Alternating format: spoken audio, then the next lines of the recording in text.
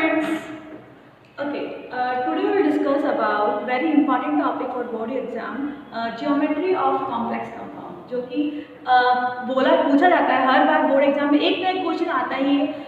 Geometry पूछ लेते हैं किसी भी कंपाउंड की डायरेक्टली, या फिर रीजनिंग क्वेश्चन पूछते हैं कि ये पैरामैग्नेटिक नहीं है, डाईमैग्नेटिक है, जबकि ये पैरामैग्नेटिक क्यों है, या फिर ये कलर्ड है ऐसे जबकि ये कलर्ड कंपाउंड क्यों है।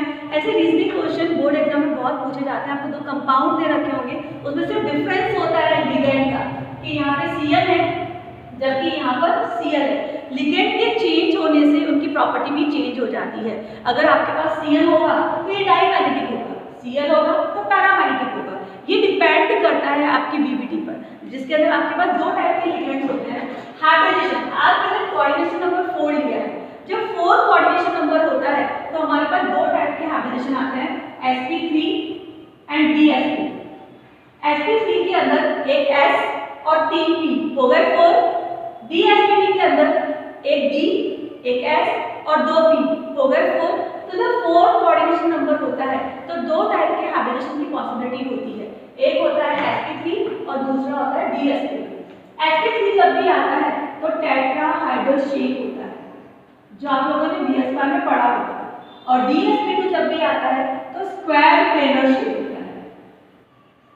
अब ये dsp2 या sp3 आएगा कैसे, ये डिपेंड करता है आपके स्ट्रॉन्ग लिगेंड है या वीक लिगेंड है।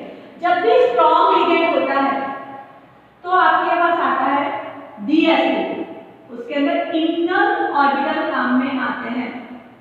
यहाँ पर dsp2 के अंदर इनर ऑर्बिटल काम में आता है, इनर ऑर्बिटल।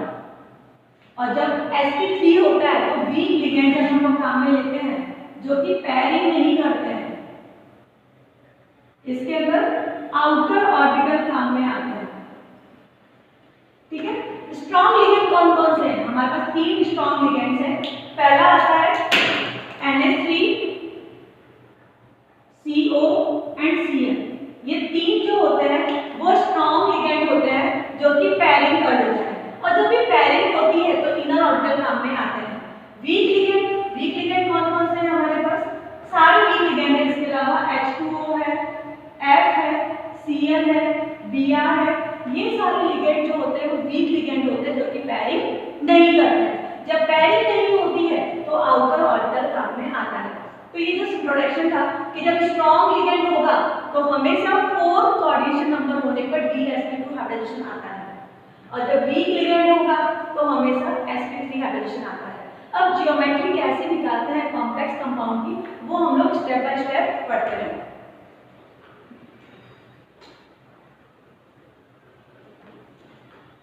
पहले लिया हमने NiCl4, जिसका मैं टाइपिंग नेम लिखती हूँ तो क्या लिखूंगी? टेट्रासाइनो निकलेट। निकलेट क्यों लिया मैंने यहाँ पे? एड सफिक्स क्यों लिया? क्योंकि Cl जो होता है वो नेगेटिव लिगेंड होता है, इसलिए इसका आईपिक नेम हो जाएगा टेट्रासाइनो निकलेट। जब आप इसका ऑक्सीजन नंबर निकालोगे तो वो आएगा 2, तो आप सेकंड लिखकर आयंस, क्योंकि यहाँ पे चार्ज कैरी कर रहा है इसलिए हम लोग लिख देंगे आयंस। अब हम लोग स्टेप बाय स्टेप इसका ज्योमेट्री निकालते हैं। पहला आता है निकल। निकल का एटॉमिक नंबर कितना होता है? 28 मतलब ऑर्गन एंड 3D8 जो आपको सिखा दिया गया है कि हमेशा इसका इलेक्ट्रॉनिक कॉन्फ़िगरेशन कैसे लिखा जाता है।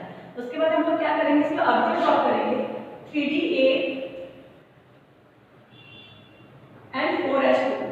इलेक्ट्रॉन हटा स्टार्ट करेंगे अकॉर्डिंग टू कूल्स रूल। पहले एक इलेक्ट्रॉन एक ऑर्बिटल में डालेंगे, एंड देन 8 है 6 7 8, और ये हो गया आपका 4s। तो ये हो गया 3D, ये हो गया 4s। ठीक है, अब हम इसका ऑक्सीजन नंबर निकालते हैं। ऑक्सीजन नंबर निकालना तो सिखाया गया है कि सपोज मुझे निकल का ऑक्सीजन नंबर निकालना है तो मैंने क्या माना? x प्लस यहाँ पे क्वांटम नंबर कितना है? 4। Cl का नंबर कितना होता है? -1 इक्वल टू -2। तो क्या हो जाएगा? x - 4 equal to -2, x equal to -2 plus 4, तो x इक्वल टू +2। तो निकल का चार्ज कितना कैरी कर रहा है? +2 चार्ज कैरी कर रहा है। तो यहाँ पे हमने लिख दिया Ni+2। जब भी इलेक्ट्रॉन निकालने होते हैं तो सबसे पहले आउटर मोस्ट ऑर्बिट के इलेक्ट्रॉन निकालने और इसके अंदर आउटर मोस्ट ऑर्बिट कौन सा है 4s। तो 4s में से हम लोग 2 इलेक्ट्रॉन निकाल देंगे तो हमारे पास 4s में कितना आ जाएगा 0। तो आपका कॉन्फ़िगरेशन क्या आ जाएगा Ar 3d 8। इसका ड्रॉ करें हम लोग 3d 8 के लिए वही 8 इलेक्ट्रॉन भर देंगे हम और 4s खाली हो जाएगा। अब आता है लिगेंड। अब हमारा लिगेंड हमको इलेक्ट्रॉन देगा तो क्या आ जाएगा NiCN4 -2। सेम कॉन्फ़िगरेशन फॉलो करेंगे क्योंकि लिगेंड जो है वो स्ट्रॉन्ग लिगेंड है इसलिए ये पैरिंग कर देता है।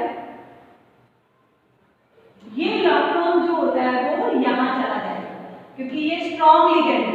स्ट्रॉन्ग लिगेंड क्या करता है पैरिंग कर देता है तो ये इलेक्ट्रॉन मूव करके यहाँ जा जाएगा और एक आपका 3d का एक ऑर्बिटल खाली है। फिर आ जाएगा 4s और फिर आ जाएगा 4p3। ये आ गया 4s और ये हो गया 4p। अब लिगेंड अपने इलेक्ट्रॉन्स यहाँ डालेगा एक Cn दूसरा Cn तीसरा Cn और चौथा Cn। हमारे पास कितने Cn है 4 Cn। तो हर Cn ने अपना अपना एक इलेक्ट्रॉन डाल दिया। अब हाइब्रिडेशन क्या आएगा एक D एक S और 2 P। तो हाइब्रिडेशन क्या आ जाएगा DsP2। शेप क्या आ जाएगा स्क्वायर प्लेनर और यहाँ पे एक भी अनपेयर्ड इलेक्ट्रॉन बाकी नहीं है। निकल के एक भी अनपेयर्ड इलेक्ट्रॉन बाकी नहीं है क्योंकि Cn जो होता है वो स्ट्रॉन्ग लिगेंड होता है उसमें पैरिंग कर दी इसलिए एक भी इलेक्ट्रॉन अनपेयर्ड प्रेजेंट नहीं है। तो इसकी प्रॉपर्टी क्या आ जाएगी कि ये डाईमैग्नेटिक हो जाएगा। ठीक है ये प्रॉपर्टी होती है।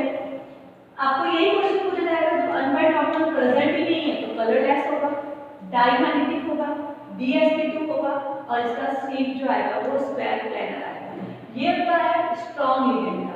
अब आता है हम लोग Cl के ऊपर। सेम फर्स्ट स्टेप तो सेम ही आती है वही निकल का कॉन्फ़िगरेशन Ni28 होता है 3d8 4s2 ऑर्बिटल ड्रॉ करोगे वही फर्स्ट स्टेप दोनों में सेम आएगा।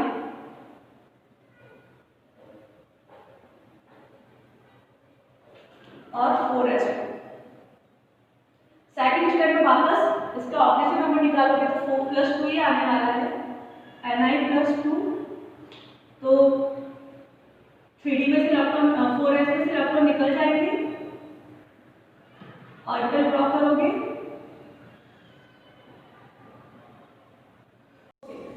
Ni+2 का +2 चार्ज है तो इलेक्ट्रॉन जो होंगे वो 4s से निकल जाएंगे। तो कॉन्फ़िगरेशन क्या आएगा 3d में 8 इलेक्ट्रॉन्स आ जाएंगे लाइक दिस जो हमने लास्ट में पढ़ा है।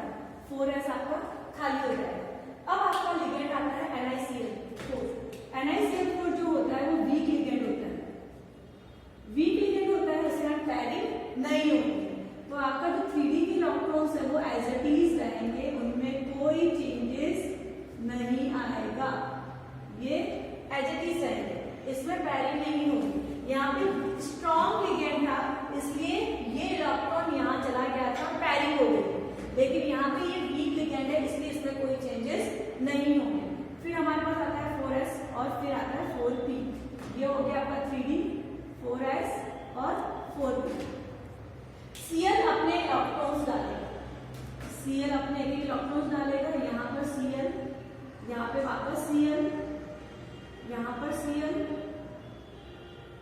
और यहाँ पर Cl। किस किसने पार्टिसिपेट किया एक S और 3 P है तो इसका हाइब्रिडेशन क्या आ जाएगा sp3। जब भी वीक लिगेंड होते हैं ध्यान रखना कि जब भी वीक लिगेंड होते हैं तो sp3 हाइब्रिडेशन आता है और आउटर ऑर्बिटल काम में आता है। जब भी स्ट्रॉन्ग लिगेंड होता है तो इनर ऑर्बिटल काम में आते हैं और dsp2 हाइब्रिडेशन आता है। sp3 हाइब्रिडेशन है तो शेप क्या आ जाएगा टेट्राहेड्रल। ओके शेप आ जाएगा टेट्राहेड्रल। यहाँ पे 2 अनपेयर्ड इलेक्ट्रॉन बाकी है 2 अनपेयर्ड इलेक्ट्रॉन बाकी है इसकी प्रॉपर्टी जो हो जाएगी वो हो जाएगी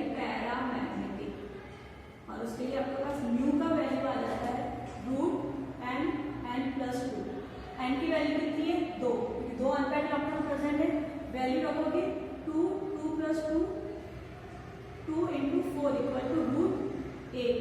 इसका वैल्यू आ जाएगा 2.9 BN। ये पैरामैग्नेटिक होगा जिसमें म्यू का वैल्यू जो मैग्नेटिक मोमेंटम है उसका वैल्यू आ जाएगा 2.9 या 2.8 BN। क्लियर? ये हमने डिस्कस किया था जिनका कोऑर्डिनेशन नंबर 4 है। नेक्स्ट लेक्चर में हम लोग डिस्कस करेंगे जिसका कोऑर्डिनेशन नंबर 6 होता है। हम रिपीटिंग अगेन, अगर स्ट्रॉन्ग लिगेंड है तो DsP2 हाइब्रिडेशन आता है, स्क्वायर प्लेनर होता है। डाईमैग्नेटिक है या पैरामैग्नेटिक है वो डिपेंड करता है नंबर ऑफ इलेक्ट्रॉन्स पे। हमेशा डाईमैग्नेटिक रहे ये जरूरी नहीं है, खाली ये शेप और ये हाइड्रोजन पक्का DsP2 स्क्वायर प्लेनर रहेगा। अगर वीक लिगेंड है तो sp3 हाइड्रोजन आएगा, टेट्राहाइड्रल और पैरामैग्नेटिक रहेगा ही रहेगा क्योंकि इलेक्ट्रॉन पैड नहीं होते हैं। ठीक है, ओके, चलिए बाय।